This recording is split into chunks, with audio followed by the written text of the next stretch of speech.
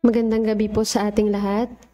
Ang ating pong teksto na pagbubulay-bulayan sa gabing ito ay matatagpuan po natin sa Isaiah chapter 54 verse 10.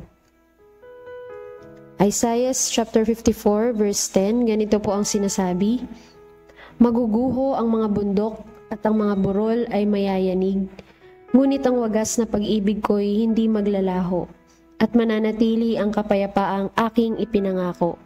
Iyan ang sinasabi ni Yahweh na nagmamahal sa iyo.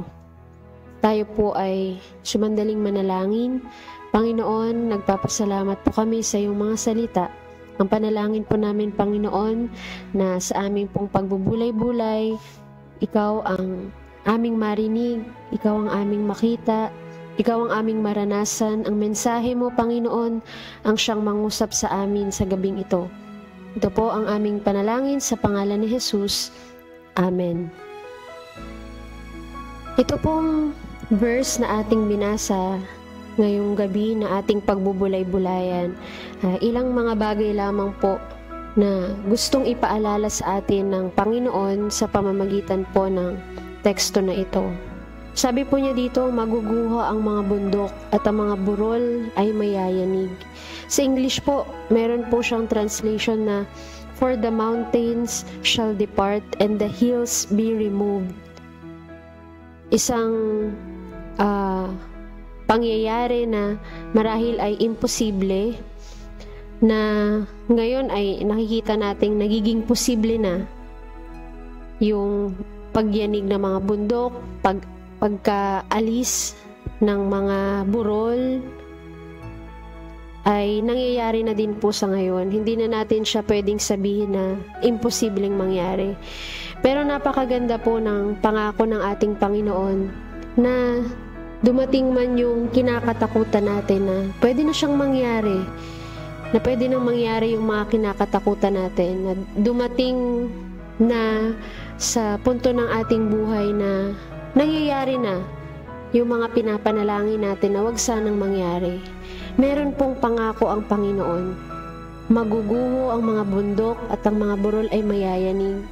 O sa ating term ay sabihin nating mangyari man yung mga bagay na kinatatakutan natin at ayaw nating mangyari man yung mga sa tingin nating mga bagay na imposibleng mangyari. Ang kasunod niya pong pangako, ngunit ang wagas na pag-ibig ko'y hindi maglalaho at mananatili ang kapayapaang aking ipinangako. Napakabuti po ng Panginoon dahil sa kabila po ng mga hindi magandang mga pangyayari sa paligid natin, sa ating buhay, ay nariyan po palagi yung kanyang pangako para palakasin yung loob natin, i-encourage tayo at sabihin sa atin na kasama natin siya, na yung kanyang pag-ibig ay hindi mawawala, palagi lang nandyan ang ating Panginoon. Maging yung pinangako niya at itinanggap nating kapayapaan na mula sa Espiritu Santo, pinapaalala po niya sa atin na ito po ay mananatili. At parang isang sulat na merong nakalagay sa dulo na yan ang sinasabi ni Yahweh na nagmamahal sa iyo. So napakaganda pong maging encouragement sa atin ito pong verse na ito mula sa Isaiah 54 verse 10.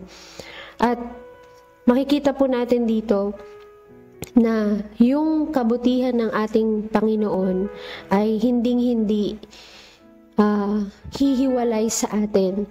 Tayo na patuloy na nagtitiwala sa Kanya kahit na minsan dumarating po tayo sa punto ng buhay na ang hirap pagtiwalaan yung mga pangako sapagkat nararanasan natin. Pero nais pong ipaalala sa atin ngayong gabi that God's kindness, God's peace, God's love, and His mercy will not be removed from us. Yun po yung kanyang pangako. Lagi po natin itong dadalhin lagi po niya itong ipagkakaloob sa atin. Sabi po dito sa ating pong verse na binasa, dito po sa unang part na maguguho ang mga bundok at ang mga burol ay mayayanig. Ito po yung nagsisimbolo sa mga bagay na pinagdadaanan po natin sa ating buhay. Kung iisipin po natin ngayon, ano po ba yung mga bagay o pangyayari sa ating buhay na yumayanig, na parang naguguho? Sa health man po natin yan, sa ating mga pangarap, maging mga relationships, ano man pong mga bagay ang nayayanig o gumuguho sa ating mga buhay, meron pong isang matibay na sandigan na ipinangako ang ating Panginoon na pwede nating sandalan, pwede nating lapitan. Sabi po niya sa kanyang isa sa kanyang mga pinangako, and the peace of God which passes all understanding will guard your hearts and minds in Christ Jesus. Ito pong peace, ito pong kapayapaan na iniwan sa atin ng Panginoon at ipinangako niya sa atin.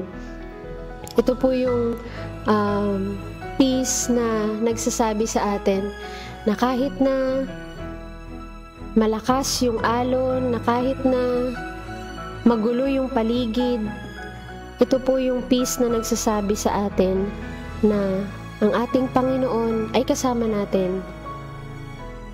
Ang ating Panginoon ay hawak ang ating mga kamay at hindi tayo pababayaan. Yung comfort na kaya niyang ipagkaloob sa atin, na hindi kayang ipagkaloob ng kahit sino sa mundo, yun po yung peace na ipinangako niya sa atin. Kaya anuman po yung binabato sa atin ng mundo, sakit, bighati, kahirapan, anumang mga pagsubok o problema, nais pong ipaalala sa atin ngayong gabi ng ating Panginoon na walang kahit anuman ang makakapagyanig o makakapagtanggal ng kanyang pag-ibig, ng kanyang biyaya, ng kanyang pagpapala, ng kanyang kapayapaan na ipinangako sa atin. Ito ay mananatili katulad ng kanyang pananatili sa atin. Kaya sa pagpapatuloy po ng ating buhay, sa ating paglilingkod, sa ating mas lalo pang pagkilala sa ating Panginoon at tagapagligtas, patuloy po nating isipin, patuloy po nating dalhin ang isang sulat na ito mula sa isang Diyos na nagmamahal ng lubos sa atin. Nais tayong patatagin, nais tayong kalingain, at nais tayong palakasin. Patuloy po na mangusap ang maiksing mensahe na ito, ang maiksing teksto na ito sa ating Biblia mula sa Isaiah 54 verse 10 ng pangako, ng encouragement ng Lord sa bawat isa sa atin. Pagpalain po tayong lahat ng ating Panginoon. Tayo po ay manalangin. Panginoon, maraming salamat po sapagkat sa bawat araw na dumadaan, maraming mga bagay, Panginoon, yung nakakapagpayanig sa aming pananampalataya, sa aming pagtitiwala sa iyo. Maraming mga bagay ang gumuguho sa aming paligid, sa aming buhay. Ngunit salamat, Panginoon, sa iyong pangako. Salamat sa iyong pag-ibig.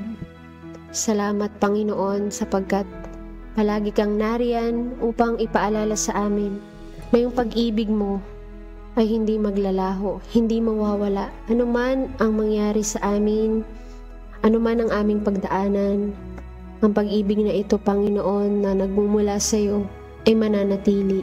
kasama ng kapayapaang ipinangako mo sa amin sa pamamagitan ng iyong banal na Espiritu.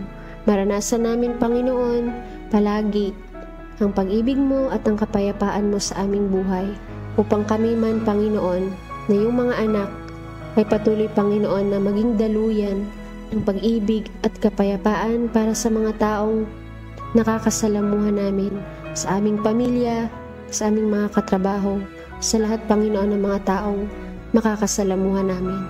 Tinataas po namin ang lahat sa iyo, Panginoon, ano man ang panalangin ng aking mga kapatid. Patuloy po na ikaw ang siyang mag-touch, Lord God, sa bawat isa sa amin. Nakikita mo kami, Panginoon, naririnig mo po kami, at nararamdaman mo kami, Lord God. Kaya ipinagkakatiwala po namin sa iyo lahat ng aming mga alalahanin, lahat ng aming mga suliranin, Panginoon. Pagkat sa iyong mga kamay, alam namin, Panginoon, na palaging merong tagumpay, palaging merong kasagutan sa mga panalangin. Ito po ang aming panalangin sa pangalan ni Jesus. Amen.